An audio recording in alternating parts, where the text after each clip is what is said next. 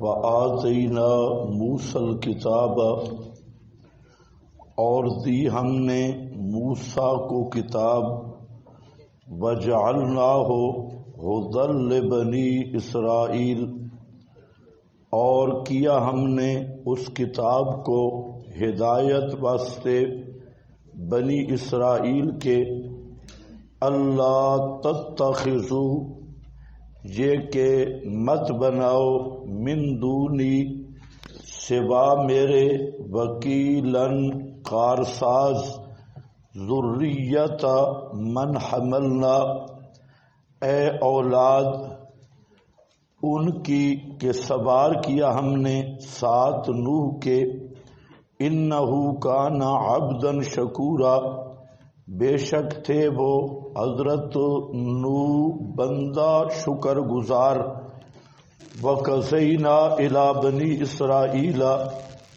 اور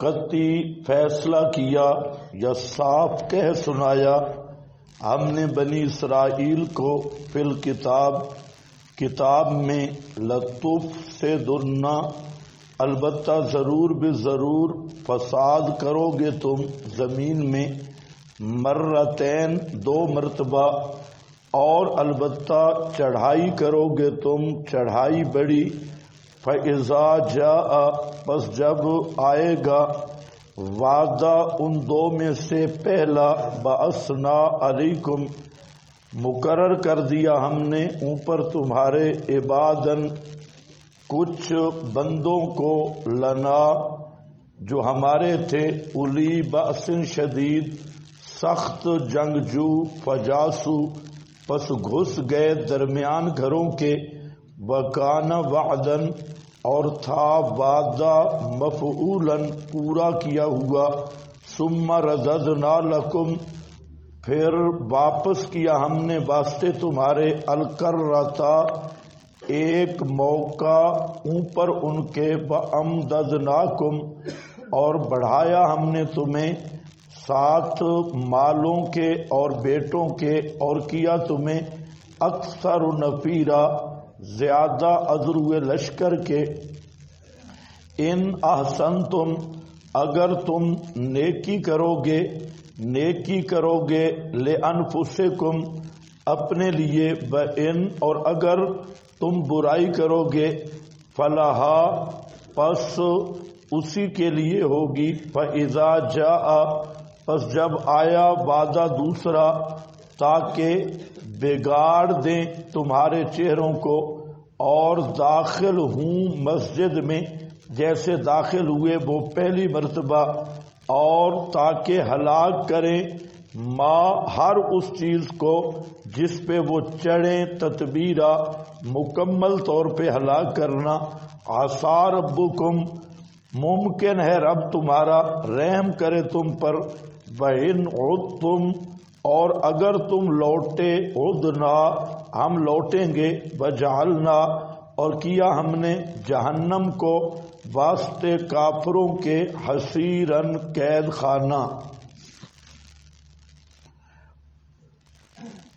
وَآتَيْنَا مُوسَى الْكِتاب، اس سے پہلے واقعہ معراج کی بحث تھی، اور واقعہ معراج کی ایک حکمت یہ بھی تھی کہ مسجد حرام سے مسجد اقصیٰ تک سیر کرانے میں یہ بتانا مقصد تھا کہ 2 پرانے گھر، ایک کعبۃ اللہ اور دوسرا بیت المقدس، جو مراکز توحید تھے، ان کو مکہ کے مشرکین نے کعبۃ اللہ کا مقصد بنا بگاڑ دیا، اور بجائے توحید کے مرکز ہونے کے انہوں نے بت خانہ بنا دیا تھا، اور یہود نے بیت المقدس کو، نصارہ نے بیت المقدس کو شرک اور بدعت کا مرکز بنا دیا تھا، تو اللہ تعالیٰ نے مسجد حرام سے مسجد اقصیٰ تک سیر کرائی، جس میں پیغام تھا کہ اب دونوں مرکزوں کے آباد کرنے والے آگے، جو مکہ مکرمہ کا مرکز ہے وہ بھی اب توحید سے معمور ہونے والا ہے، اور بیت المقدس اس کے جو وارث ہیں وہ بھی شرک بدعت والے ہیں، اس لیے آپ کو وہاں سیر کرائی گئی کہ آپ صلی اللہ علیہ وسلم جیسے بیت اللہ کو توحید سے معمور کریں گے، اسی طرح بیت المقدس کو بھی نغمے توحید سے معمور کرنے والے ہیں۔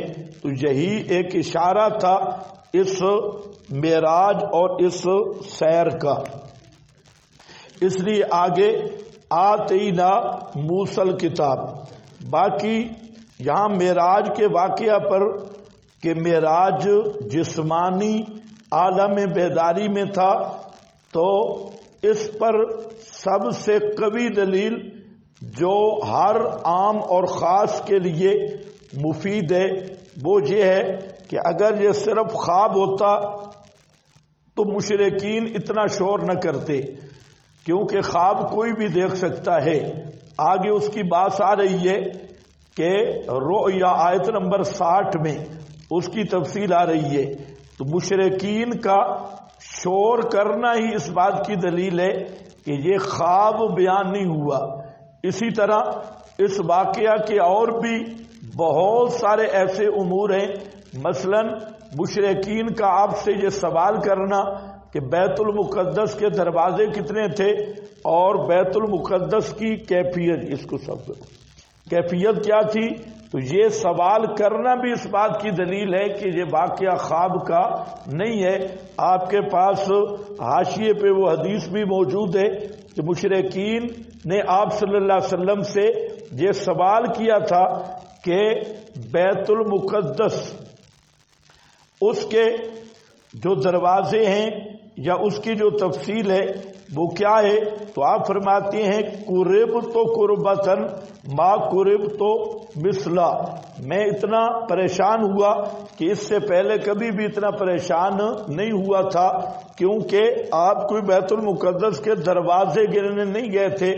آپ کوئی آدمی بھی ہو، ابھی آپ کب کے جہاں بیٹھے ہیں، لیکن اگر آپ سے میں پوچھوں کہ ستون کتنے ہیں تو میرا خیال ہے اکثر کو پتہ نہیں ہوگا، ابھی گنیں گے۔ تو مشرکین نے بھی سوال کیا تو آپ پریشان ہوئے، اللہ تعالیٰ نے درمیان کے پردے ہٹا کر بیت المقدس کو سامنے کر دیا، فرفعہ اللہ لی انظر الیہ، اللہ نے بیت المقدس کو اٹھایا تو فرمایا میں دیکھ رہا تھا اور جس چیز کے بارے میں پوچھتے میں اس کی خبر دے رہا تھا۔ تو یہ بھی اس بات کی دلیل ہے کہ یہ معراج عالم بیداری میں ہوا۔ اسی طرح اور واقعات آگے آ رہے ہیں۔ معراج کے اس واقعہ میں کئی توحید کے دلائل ہیں۔ ایک یہ کہ معجزہ نبی کے اختیار میں نہیں، یہ سفر معراج ہے، یہ لمحات میں ہوا، اور جو سفر ہجرت ہے وہ مکہ سے مدینہ 450 کلومیٹر کا تقریباً سفر وہ 8 دن میں طے ہوا۔ وہ سفر عادی تھا اور یہ سفر خرق عادہ اور یہ معراجی تھا۔ تو اس میں پتہ چل گیا کہ معجزہ نبی کے اختیار میں نہیں ہے۔ دوسرا مسئلہ یہ معلوم ہوا کہ نبی کریم علیہ السلام کی سب سے بڑی عظمت وہ ابدیت کاملہ میں ہے، اور جب ابدیت ہے تو ان الوہیت کی صفات آپ کے لائق نہیں۔ تیسرا مسئلہ یہ معلوم ہوا کہ جو لے جانے والا ہے وہ لے گیا تب بھی سبحان اور جانے والا عبد تھا، اور جب معراج سے واپس آئے تب بھی آنے والے عبد تھے اور لے جانے والے سبحان۔ تو معلوم ہوتا ہے جتنی خرافات المشرکین ہیں کہ وہاں ایک ہو گئے دونوں، اس پر بھی رد کر دیا۔ اور پانچواں مسئلہ یہ کہ نبی کریم صلی اللہ علیہ وسلم ہر وقت ہر جگہ پہ حاضر ناظر نہیں۔ اگر آپ ہر جگہ پہ ہر وقت حاضر ناظر ہوں تو لنریہو من آیاتنا لے گئے ہم تاکہ ہم اپنی قدرت کی نشانیاں دکھائیں. تو یہ جو جہاں بھی موجود وہاں بھی موجود، تو نشانیاں دکھانے کا کوئی مقصد نہیں ہے. لنریہو من آیاتنا. اور چھٹا مسئلہ یہ کہ نبی کریم علیہ السلام جمیع ما کان جمیع ما یکون کا علم بھی نہیں رکھتے تھے. اگر جمیع ما کان جمیع ما یکون آپ جانتے ہوتے تب بھی یہ سیر بے مقصد ہے اور اس کی کوئی حکمت نہیں ہے. لنریہو من آیاتنا. یہ 6 مسائل اسی آیت میں آگے. اور 7واں یہ کہ انہ هو السمیع البصیر. یہ سمیع اور بصیر ہونا یہ اللہ کی صفت خاصہ ہے، یہ اس میں کوئی اللہ کا شریک نہیں ہے.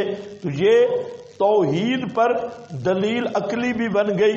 تو بہرحال یہ 6-7 مسائل اس آیت معراج سے بالکل واضح ہیں. آگے اسی مناسبت سے وآتینا موسیٰ الکتاب، اور ہمارے حضرت کی اصطلاح میں یہ دلیل توحید نقلی اول ہے. اسی دعوے سبحان پہ میں نے کہا سورت میں اثبات التوحید ہوگا، تو یہ اثبات توحید لفظ سبحان یہ دعویٰ کے قائم مقام ہے. اور انہ هو السمیع البصیر یہ دلیل توحید عقلی. وآتینا موسیٰ یہ دلیل توحید نقلی اول ہے. مطلب کہ یہ جو مسئلہ ہے حضرت موسیٰ کی طرف بھی اسی مسئلہ کی وحی کی گئی. اور یہ آیت یاد رکھو، جہاں پر بھی قرآن کریم حوالہ دیتا ہے تورات کی شہادت کا اور خود قرآن مصدق کے تورات ہے، تو یہ وہ آیت ہے جہاں صراحتاً مسئلہ آیا. اردا گرد جتنی آیات بھی ہوں گی تو ان کا قرآن اس آیت کا حوالہ دے رہا ہے. تو یہ تصدیق تورات اور بیان تورات، شہادت تورات کی یہ اصل آیت ہے اور مفصل آیت ہے. وآتینا موسیٰ الکتاب، اور دی ہم نے موسیٰ کو کتاب. الکتاب کا الف لام عاد خارجی، مراد اس سے التورات. وجعلنا ہو، اور کیا ہم نے اس کتاب کو ہدی لبنی اسرائیل، ہدایت واسطے بنی اسرائیل کے. لبنی اسرائیل میں اشارہ کیا کہ تورات بنی اسرائیل کے لیے ہے، وہ انہی کے لیے ہدایت ہے. اور قرآن یہ ہدی للناس ہے، یہ صرف ہدی للعرب نہیں ہے، اہل عرب کے لیے صرف ہدایت نہیں. تو پتہ لگا کہ تورات کی ہدایت ایک خاص قوم کے لیے ہے اور قرآن کی تعلیم اور ہدایت یہ عام ہے ساری کائنات کے لیے. اللہ تتخذوا، اس جملے کو 2 طرح حل کیا گیا. ایک یہ اللہ تتخذوا تاکہ نہ بناؤ تم، اور دوسرا یہ کہ ان مفسرہ، یہ ایسے ہے جیسے سورہ ہود کے شروع میں ہے. نکالو ذرا سورہ ہود پہلی آیت.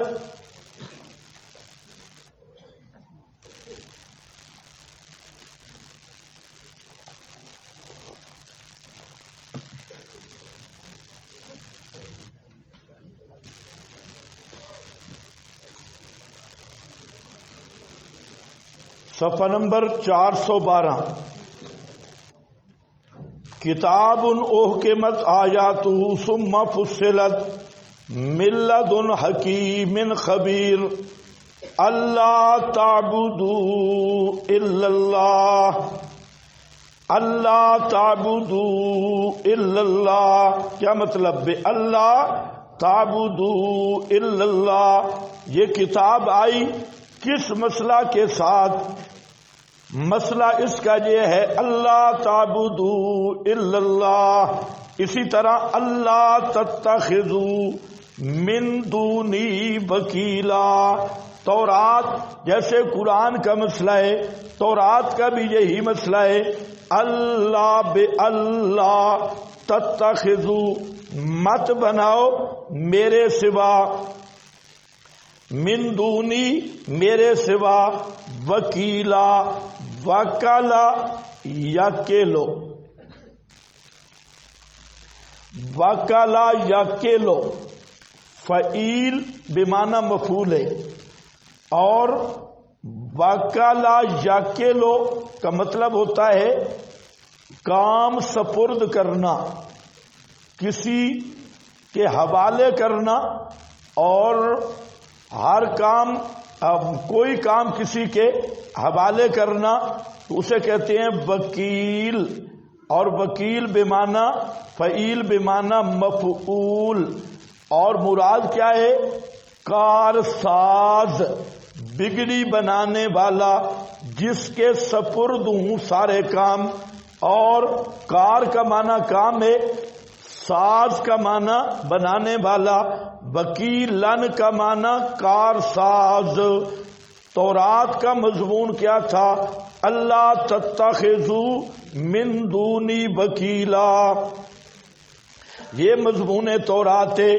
اور اسی طرح حدیث میں ہے خاتمۃ ہود خاتمۃ التورات، سورہ ہود کا خاتمہ وہی تورات کا خاتمہ ہے، اور سورہ ہود کا خاتمہ کیا ہے؟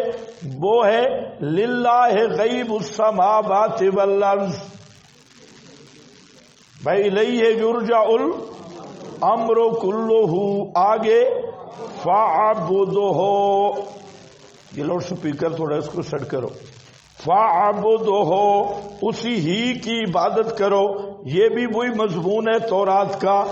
ذریۃ من حملنا، ذریۃ من حملنا، ذریتا یہ منادہ ہے اور اس سے پہلے حرف ندا مقدر ہے، اصل عبارت ہے یا ذریۃ من حملنا، اور جواب ندا وہ مقدر ہے کونوا شکورا، کونوا شکورا۔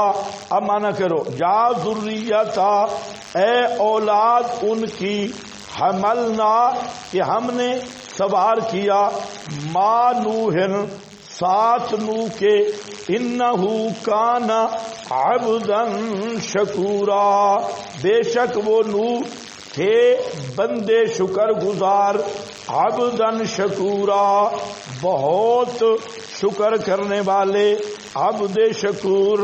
تو مطلب کیا ہے؟ دو طریقے پہ توحید کی دعوت ہے۔ اے اولاد ان کی جو نوح کے ساتھ سوار ہوئے، مطلب کیا ہے؟ تمہارے آبا مواحد تھے، اپنے آبا کی لاج رکھ کے تم بھی توحید اپناؤ، اور یہی مسئلہ اللہ تتخذوا من دونی وکیلا، اسی مسئلے پہ پکے ہو جاؤ۔ اور دوسرا یہ کہ تمہارے آباء و اجداد کو اسی مسئلے کی وجہ سے نجات ملی تھی، اسی مسئلہ کی وجہ سے نجات ملی تھی، اس لیے تم بھی یہ مسئلہ اپنا لو۔ اور تیسرا یہ نوح کا حوالہ دیا کہ تم تو نوح کی اولاد ہو، اور نوح خود کیا تھا؟ داعیے توحید تھا، ساری زندگی 950 سال تک توحید کی دعوت دیتے رہے، تم کیسے مشرک بن گئے؟ تمہارا ابا اتنا بڑا دائی تھا اور باپ اتنا بڑا دائی تھا، تو یہ غیرت دلانا مقصد ہے۔ انہو کان عبدا شکورا، بے شک وہ تھا بندہ شکور۔ شکور کا معنی لکھا ہے آپ کے پاس، عبدا شکورا، عبدن، اچھا حوالہ ہے وہ اگلے صفحے پر حدیث شفاعت میں آگے آ رہا ہے کہ جب جائیں گے حضرت نوح کے پاس، فَيَقُولُونَ يَا نُوحُ إِنَّكَ أَنْتَ أَوَّلُ الرُّسُلِ إِلَىٰ أَهْلِ الْأَرْضِ، ساری امتیں کہیں گی اے نوح تو پہلا رسول ہے اہل ارض کی طرف۔ قد سماک اللہ عبدا شکورا، اللہ نے تیرا نام رکھا ہے عبد شکور۔ اشفع لنا الی ربک، ہماری شفاعت کر اپنے رب کے دربار میں. الا ترى الی ما نحن فیہ، کیا آپ دیکھتے نہیں ہم کس مصیبت میں ہیں. فیقول ان ربی، حضرت نوح عرض کریں گے بے شک میرا پروردگار قد غضب اليوم غضبا، اللہ جلال میں لم یغضب قبلہ مثلا، اس سے پہلے اتنے جلال میں کبھی نہیں تھے. ولن یغضب، اور اس کے بعد بھی اس طرح کے جلال میں نہیں ہوں گے. انہو قد کانت لی دعوت، میری ایک دعوت مستجابہ تھی جو میں نے مانگ لی ہے اپنی قوم پر. رب لا تذر علی الارض من الکافرین دیارا، والی دعوت، وہ دعا نفسی نفسی نفسی اذهبوا الی غیری اذهبوا الی ابراہیم الحدیث، بخاری شریف. یہ حوالہ ہے حضرت نوح کا مقام شفاعت میں کسی نام سے کہیں گے کہ عبداً شکورا. باقی شکور کیا ہے؟ نبہ علی الشکر لأنہ یستلزم التوحید. شکور کہا کیونکہ یہ یستلزم التوحید، لازم ہے کس کو؟ توحید کو. اذ النعم التی یجب الشکر، کیونکہ وہ نعمتیں جن کا شکر لازم ہے یہ اللہ کی طرف سے ہیں. فکأنہ قیلا، تو گویا کہ کہا گیا کونو موحدین شاکرین لنعم اللہ، ہو جاؤ توحید والے، اللہ کی نعمتوں کا شکر ادا کرنے والے، حضرت نوح کی اقتدا کرنے والے. انتم ذریۃ من حمل معہ، تم انہی کی اولاد ہو جو ان کے ساتھ سوار ہوئے البحر المحیط. تو تین طریقے پر یا ذریۃ من حملنا، یہ توحید کی ترغیب ہے